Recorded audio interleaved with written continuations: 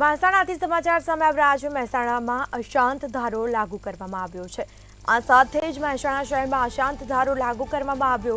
ધારાસભ્ય મુકેશભાઈ પટેલે વચન પાડ્યું। રાજ્ય સરકાર દ્વારા પ્રસિદ્ધ જાહેરનામું કરવામાં આવ્યું છે।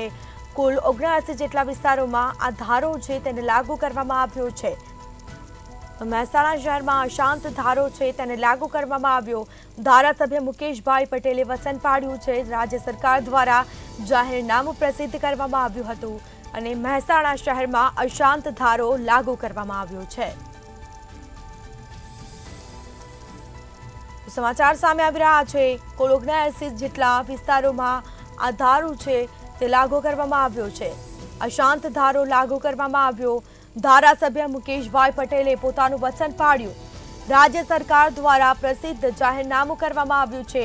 રાજ્ય સરકારે જાહેરનામું બહાર પાડ્યું અને જેને લઈને મહેસાણા શહેરમાં અશાંત ધારો લાગુ કરવામાં આવ્યો।